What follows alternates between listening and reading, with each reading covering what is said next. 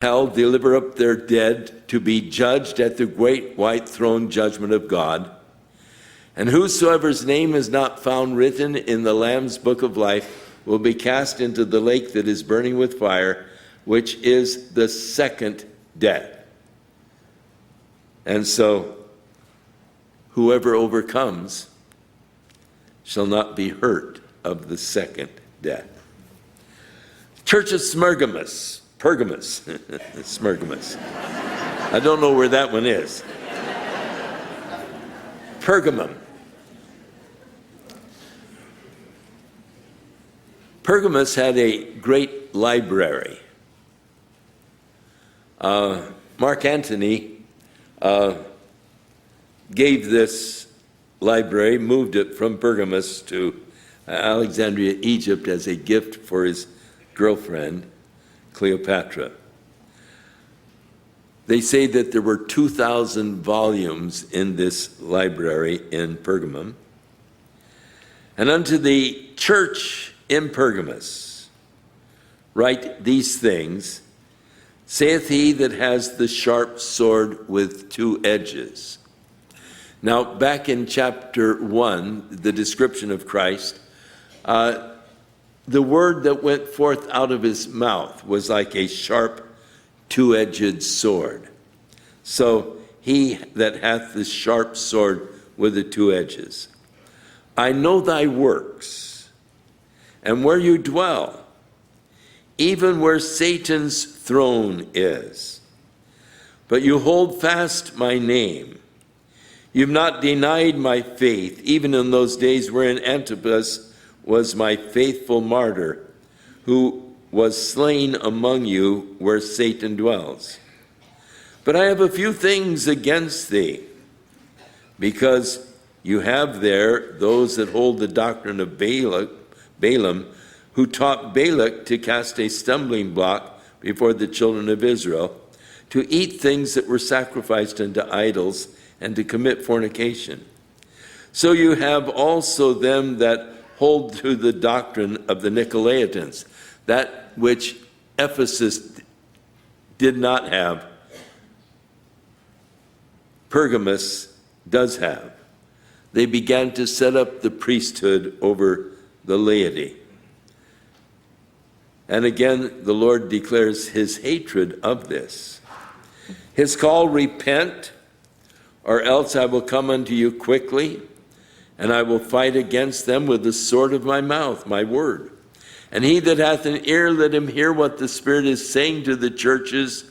To him that overcomes, I'll give to eat of the hidden manna, and give him a white stone, and in the stone a new name written, which no man knows except he that receives it.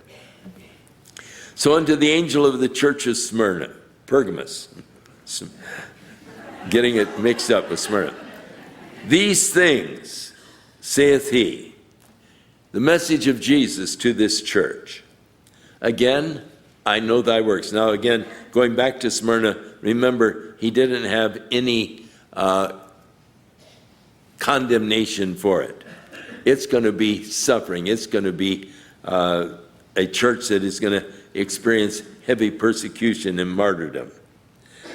As we get to the church of Pergamos, historically, we've come to the reign of Constantine, the Edict of Toleration, and an evil part of the history of the church, because you have now the church and the state sort of being joined together under Constantine. And Christianity now becomes the religion of the state, but only because of great compromises that were made. By introducing into the church many of the pagan holidays of Rome, but giving to them sort of Christian names and saying that they were celebrating certain activities of the Bible, the birth of Christ and the resurrection and so forth, taking the pagan holidays and Christianizing them, so to speak. There was that compromise with the world in order to gain the favor of the world. During this period of church history, the church really began to decline. It's interesting that persecution really never hurt the church. During the time of persecution, the church grew tremendously because to be a Christian took a true, real commitment. To be a Christian, to just be popular and to be a part of a popular movement doesn't make for strong Christians. But where it really costs, and a person makes a commitment to Christ, their commitment is solid, it is strong. And so with Smyrna, a strong commitment, dying for their faith. Pergamos, well, different story. I know your works, where you dwell, even where Satan's throne is. And you hold fast my name. And you have to admit that they began to hold fast the name of Christ. You've not denied my faith. They hold on to the virgin birth of Jesus, and historically they hold to certain basic doctrines. You've not denied my faith, even in those days wherein Antipas, my faithful martyr, who was slain among you, where Satan dwells. We don't know who this fellow was or is. There's nothing about him other than he is mentioned here, Antipas, and he was there in the church of Pergamos and was martyred. But the Lord, now again, words of condemnation.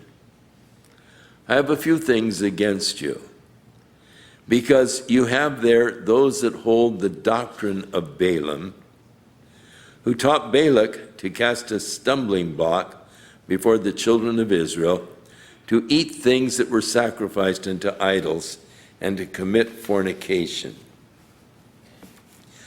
Balaam, an interesting character that I don't understand, but he was brought by King Balak to curse the children of Israel as they were passing through the land of Moab. And as he came ostensibly to receive a great reward from the king by casting a spell or a curse upon the Israelites, he was unable to do so. And he finally confessed, that these are God's people and there's no curse or enchantment that I can bring against them. And so the king, Balak, said, well, I was going to make you a wealthy man, but your God has kept you from that wealth. But Balaam was greedy. And he said, now, hold on, let's not get in a hurry here. These people are a special people. They serve the true and the living God. And the God that they serve has really commanded that they have no other gods before him. And though there's no curse that I can bring against them, I'll tell you how you can bring a curse on them. Send your people down to meet them. Let the people invite them into their homes for dinner. As they come into their homes, let the people bring out their little gods and say to them, these are the gods that we worship. Would you like to participate and see how we worship our gods? And lead them in to the participating in the worship of